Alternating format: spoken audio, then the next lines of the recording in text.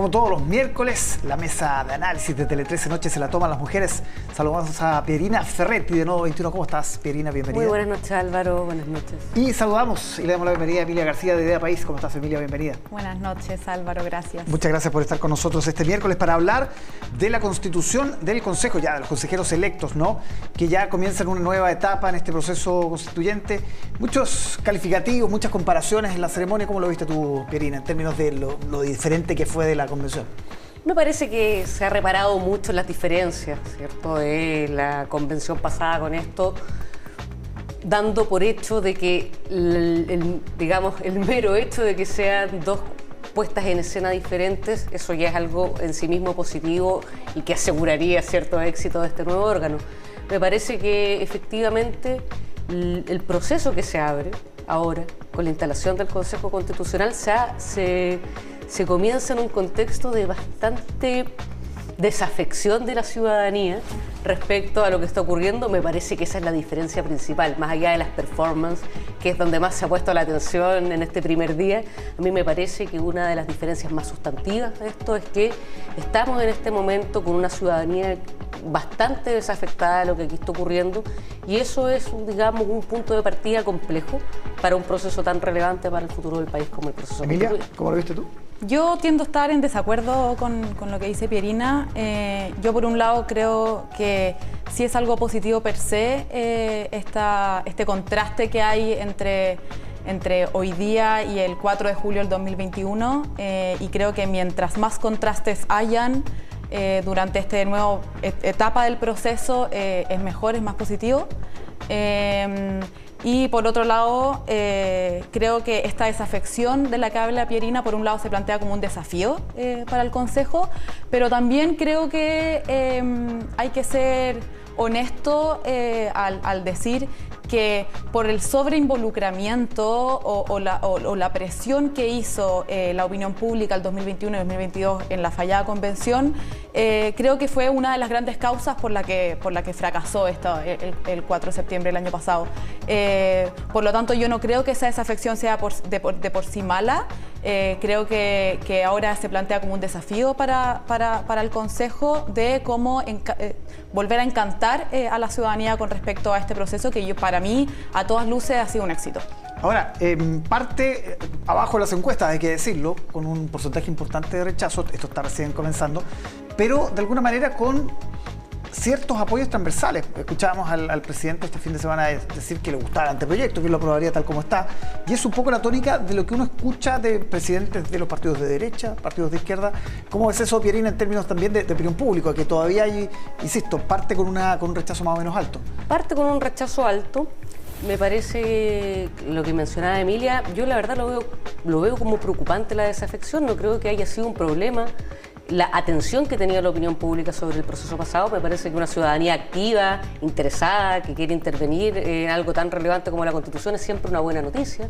Tuvimos en el proceso pasado una tremenda cantidad de iniciativas populares de norma, y eso me parece que es algo que le hace bien a la democracia, que la ciudadanía esté activa, informada y quiere intervenir en los debates. En ningún caso lo veo como una causa del rechazo. Creo que las causas están en otro lado.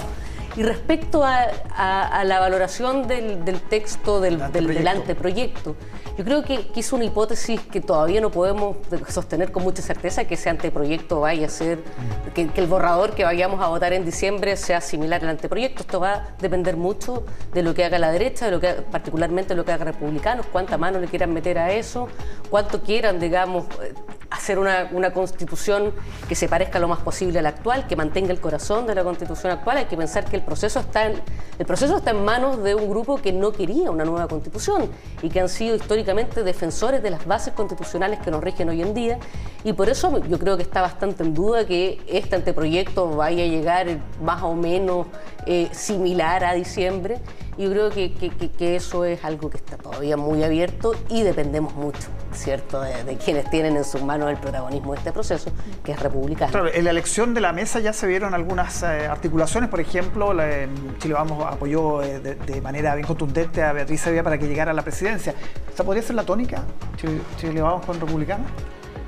Yo creo que sin duda va a haber un pacto entre Chile Vamos y Republicanos. Sería un poco ingenuo decir lo contrario, ¿no? Pero yo creo que aquí la centro derecha o la derecha tradicional tiene que hacer todo lo contrario a lo que hizo la centro izquierda en la convención, que fue plegarse sin ningún pero a la izquierda radical en la convención, que terminó por presentar un proyecto que no representaba a nadie, que era revanchista, etcétera, y bueno, y todos sabemos cómo terminó eso, ¿no? Yo creo que en este minuto la centro derecha tiene que hacer todo lo contrario, y es poner ciertos límites a los extremos, que pueden ser, que en este caso es republicano. Y yo creo que lo han logrado. En este minuto no se han acoplado 100% a estos discursos que podrían ser más extremos, y yo veo cierta voluntad del Partido Republicano de moderar sus posturas, de buscar consenso. Lo vimos hoy en un muy buen discurso, creo yo, de Beatriz Hevia, que llamaba a los acuerdos, al diálogo transversal, y en ese sentido no estoy de acuerdo con lo que dice Pierina. Yo creo que sí va a haber una voluntad de diálogo y de buscar consensos por sobre la razón, como decía hoy en la mañana el vicepresidente. Sí, avancemos con otro de los temas de la jornada y de la semana, en realidad, que es toda la crisis de las ISAPRES y cómo se vio involucrada la Corte Suprema. Y conversábamos antes de entrar a cada escena, que si el tema terminaba o no, o habría un nuevo flanco, la renuncia de la ministra Vivanco a la vocería de la Corte Suprema. ¿Cómo lo ves tú, Pierina? Me parece que la renuncia a su vocería era algo que digamos, correspondía después de sus dichos, de la polémica que generaron, y me parece que eso está bastante claro el día de hoy.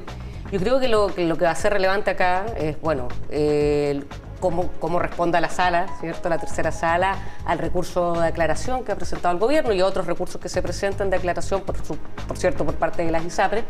Pero creo que los dichos de la vocera, de la ex vocera de la Corte Suprema, claro, siembran un manto de dudas, de opacidad, de resquemores, y que ciertamente no han contribuido a las certezas que tiene que tener este proceso y a lo que habían comprendido los actores que están involucrados. Y leyendo el fallo de la Corte Suprema de noviembre pasado, más o menos queda clara su aplicación general. Entonces, la verdad que son y ella misma, meses atrás, recuerdo que en marzo, ella misma sostuvo públicamente en una entrevista pública que la aplicación del fallo era de carácter general, no específicamente para quienes habían denunciado. Entonces, estas declaraciones, la verdad, que enturbian la discusión, generan un manto de dudas, no contribuyen en nada. Su salida de la vocería era algo evidente en relación a las consecuencias de sus dichos. ¿Cómo interpretas eso, Emilia, en lo que venga ahora, sobre todo en estos recursos de aclaración y la interpretación de la tercera sala?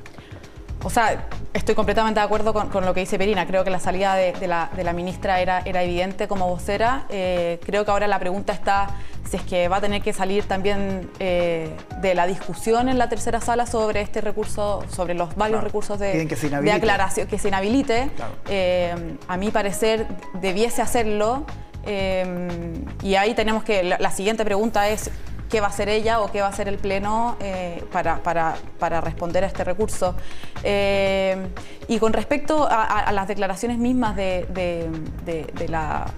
la ministra, creo que la única certeza que teníamos de la sentencia de la Corte Suprema era que era de carácter general, y a pesar de que podemos estar de acuerdo, o lo que yo creo es que la ministra Vivanco tiene una opinión certera con respecto al ámbito de aplicación, siembra más dudas que certezas, y hoy en día estamos en un contexto de puras certezas, tanto jurídicas, porque no sabemos el ámbito de aplicación de la sentencia, pero también de incerteza institucional. O sea, el sistema de salud, tanto público como privado, está al borde del abismo, por así decirlo, y no sabemos cómo vamos a tener que salir adelante con esto, y me parece que hoy en día lo que está fallando, y lo que ha fallado los últimos años, casi más de una década, es el sistema político, que no ha sabido dar una respuesta a esta crisis de ISAPRES que se venía arrastrando por años.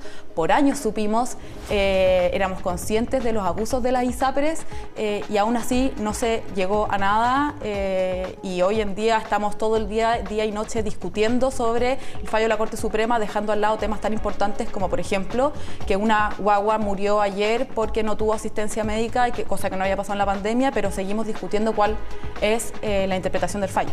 Vamos a esperar esos recursos de aclaración, va a seguir siendo tema en la agenda. Emilia, muchas gracias por acompañarnos esta noche. Gracias, Álvaro. Pierina, gracias por estar como siempre Buenas noches, muchas gracias. acá los días miércoles. Nosotros